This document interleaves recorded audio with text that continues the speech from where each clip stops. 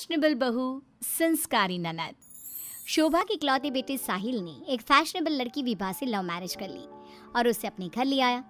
उसकी माँ ने दोनों को देखा तो बोलने लगी, अरे साहिल, ये किस नाटक वाले को ले आया तू? और इसने ये इतने छोटे कपड़े क्यों पहन रखे हैं?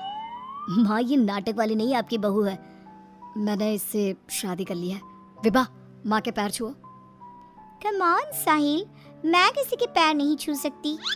विभा, ये हमारा कल्चर है, घर के बड़ों के पैर छूते हैं। ओके साहिल। विभा जैसे ही शोभा के पैर छूने के लिए झुकी तो शोभा ने उसे डांटते हुए कहा, चल हट यहाँ से, दूर हो जा मेरी नजरों से। न जाने कहाँ से इसे उठा लाया है। तेरे लिए लड़कियों की कमी थी क्या, जो ऐसी लड़की को ले आया? हमारे घर के संस्कारों के बारे में तो सोच लेता, लोग क्या कहेंगे? माँ, आप भी कैसे पुराने जमाने की बात कर रही हो? आप कपड़ों और भाषा से किसी के संस्कारों को जज नहीं कर सकती। साहिल ने अपनी माँ को समझाने की बहुत कोशिश की, लेकिन वो कहाँ कुछ मानने वाली थी। शोभा अपनी बहू के कपड़ों और स्टाइल की वजह से हमेशा उसके कैरेक्टर पर टिप्पणी करती रहती। एक दिन विभा अपनी सास के लिए चाय बनाकर लाई। गुड मॉर्निंग मॉम, ये आपकी टी। ऐ छोरी, तुझ में संस्कार नाम की चीज है या नहीं? गुड मॉर्निंग ना बोला कर मुझे। हमारे यहाँ बहुएं पैर छूती है और तूने ये कैसे कपड़े पहने? देख जरा मेरी बेटी रानी को, सीधे सादे कपड़े पहनती है वो। मॉम, आपकी बेटी को फैशन की बिल्कुल भी नॉलेज नहीं है। उसी तो आप तंबू भी दे देंगी ना तो वो तंबू भी पहन लेंगी। देखो माँ, भाभी कैसे मेरा मजाक उड़ा रही हैं। रानी, मैं तुम्हारा मजाक नहीं उड़ा रही, मगर जरा देखो खुद को, कैसी लग रही हो। तुम्हें फैशन का बिल्कुल भी सेंस नहीं है। कुछ तो लड़कियों वाली हरकतें किया करो। चलो कोई बात नहीं, मैं आ गई हूँ ना, सब सिखा दूंगी। इतना कहकर विभा वहाँ से चली जाती है और रानी सोचने लगती है, भाभी आपने मेरा मजाक उड़ाकर अच्छा नहीं किया। अब देखो मैं कैसे आपको इस घर से बाहर निकालती हूँ। अब रानी हर समय अपनी भाभी की कमियां ढूंढने में लगी रहती। रानी की माँ तो विभा से नफरत करती ही थी, लेकिन घर से निकालने के लिए जरूरी था कि साहिल भी विभा से नफरत करे। एक दिन घर में पूजा हो रही थी। घर के सभी सदस्य पूजा में शामिल हुए, लेकिन विभा नहीं हुई। जब पूजा खत्म हुई तो रानी ने कहा, भैया माना कि भाभी फैशनेबल हैं, लेकिन इसका मतलब ये तो नहीं कि वो भगवान में बिल्कुल आस्था ना रखे। उन्हें पूजा में तो आना चाहिए था ना। हाँ बेटा, तूने अपनी मर्जी से शादी तो कर ली, अब अपनी मॉडल बहू को घर के तौर तरीके तो सिखा दे। अपनी बहन और माँ की बात सुनकर साहिल विभा के पास गया और उससे कहने लगा, विभा, आज घर में पूजा थी, तुम क्यों नहीं आई पूजा में? पता है लोग कितनी बातें बना रहे थे। माय डियर हस्बैंड, इतना गुस्सा क्यों हो रहे हो? जरूरी नहीं कि भगवान को खुश करने के लिए पूजा में शामिल होना पड़े। जब भगवान को दिल से याद कर लो ना तो बस उसी समय होगी उनकी पूजा। विभा, तुम शब्दों के जाल में मुझे मत फंसाओ। मैं जानता हूँ तुम इन सब चीजों को नहीं मानती, लेकिन तुम माँ की खुशी के लिए ही चली जाती। कम ऑन डार्लिंग, तुम तो छोटी सी बात को खींच रहे हो। मुझे पूजा में जाने से कोई प्रॉब्लम नहीं थी। मुझे किसी ने बताया ही नहीं पूजा के बारे में। अगर माँ या रानी बता देती तो मैं चली जाती। इसी तरह दोनों में काफी देर तक बहस चलती रही। अब विभा की ननद और सास किसी न किसी बात पर दोनों का झगड़ा करवाती रहती। जो भी शोभा के घर आता तो वो उसके सामने अपनी बेटी और बहू की तुलना करती। एक दिन उनके घर पर उनकी पड़ोसन आई। शोभा बहन, कैसी हो? कहाँ है आपकी फिरंगी बहू?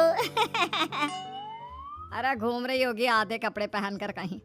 जब से आई है जीना हराम कर दिया है। शोभा बहन, वैसे जो भी हो, आपके बेटे साहिल ने ऐसी लड़के से शादी करके सही नहीं किया। आपके घर में सब कितने संस्कारी हैं। आपने अपनी खुद की बेटी की कितनी अच्छी परवरिश की है, और आपकी बहू, उसके तो पूरे मोहल्ले में चर्चे हैं। हाँ बहन, बात तो सही कह रही हो।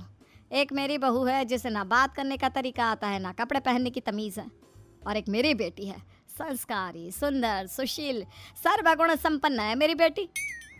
आप तो जल्द से जल्द बस अपनी बेटी की शादी करने के बारे में सोचो। कहीं ऐसा ना हो कि आपकी बहू के चक्कर में आपकी बेटी से कोई शादी ही ना करे। पड़ोसन की बात शोभा के दिमाग में बैठ जाती है और वो रानी के लिए रिश्ता ढूंढना शुरू कर देती है। एक दिन शोभा की तबीयत अचानक खराब हो जाती है। माँ, क्या हो गया है आपको? आप दिन भर अपने कमरे में लेटी क्यों रहती हो? अरे पता नहीं बेटी क्या हो गया है, कई दिन हो गए बुखार आ रहा है। माँ, आपको डॉक्टर के पास जाना चाहिए, ऐसे तो आपकी हेल्थ खराब होती जाएगी।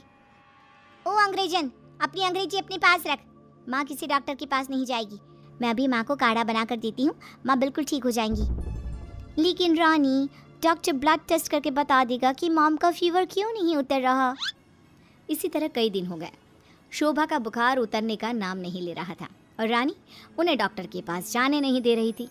एक दिन विभा रानी को बिना बताए शोभा को डॉक्टर के पास ले गई।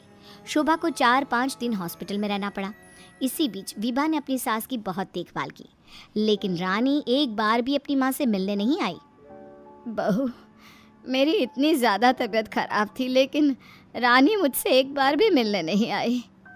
डोंट वरी मॉम, घर में कोई नहीं है ना, तो वो घर में ही रहती है। अब डॉक्टर ने बोला है कि आप घर आ सकती हैं, तो आप ज़्यादा सोचिए मत। अब शोभा को पहली बार अपनी बेटी और बहू के संस्कारों के बीच का अंतर पता चला। शोभा अपनी बहू को प्यार करने लगी। एक दिन शोभा ने विभा से कहा, बहू, आज शाम को लड़के वाले रानी को देखने आ रहे हैं। रानी और तुम बाजार चली जाओ, खाने का कुछ सामान और रानी के लिए अच्छी सी साड़ी लेकर आना। माँ, मैं भाभी के साथ नहीं जाऊंगी। वो साड़ी दिलाने की जगह कोई स्कर्ट या जींस दिलाकर ले आएंगी। बहू, तो इसे साड़ी ही दिलाकर लाना, ठीक है? Okay mom. रानी और विभा मार्केट के लिए निकल जाती हैं, लेकिन रास्ते में बहुत ट्रैफिक था। पूछने पर पता चला कि एक कार का एक्सीडेंट हो गया है। विभा और रानी ने कार के पास जाकर देखा तो एक लड़का बहुत बुरी तरह से जख्मी पड़ा था। कोई उसकी मदद नहीं कर रहा था। लोग खड़े होकर बस तमाशा देख रहे थे। विभा ने उस लड़की की मदद करना चाहा तो रानी ने उसे रोकते हुए कहा, भाभी, ये क्या कर रही हो? जब कोई इसकी मदद नहीं कर रहा तो हम क्यों करें? रानी, ये क्या बोल रही हो तुम? अगर हमने इसकी हेल्प नहीं करी तो ये मर सकता है। लेकिन भाभी, पुलिस का झंझट कौन संभालेगा? पुलिस उल्टा हमसे ही सवाल जवाब करेगी। वो सब बाद में देखेंगे, पहले इसे हॉस्पिटल पहुंचाते हैं। विभा और रानी उस लड़के की जान बचा लेती हैं और उन्हें घर आने में देर हो जाती है। शोभा उनसे पूछती है, तुम दोनों को इतनी देर क्यों हो गई आने में? देखो, शाम होने वाली है, लड़के वाले किसी भी समय आते होंगे। माँ, आपकी लाडली बहू की वजह से देर हो गई। मुझे आज पता चला भाभी को समाज सेवा का शौक भी है। रानी ने पूरी बात अपनी माँ को बता दी। शोभा ने बहू को डांटने की जगह उसकी तारीफ की। वो तीनों बात कर ही रहे थे, तभी साहिल वहाँ आकर कहता है, माँ, जो लड़का रानी को देखने आने वाला था उसका एक्सीडेंट हो गया है। क्या? ये तो बहुत बुरा हुआ। ठीक तो है ना वो? हमें जल्दी उसे देखने जाना चाहिए।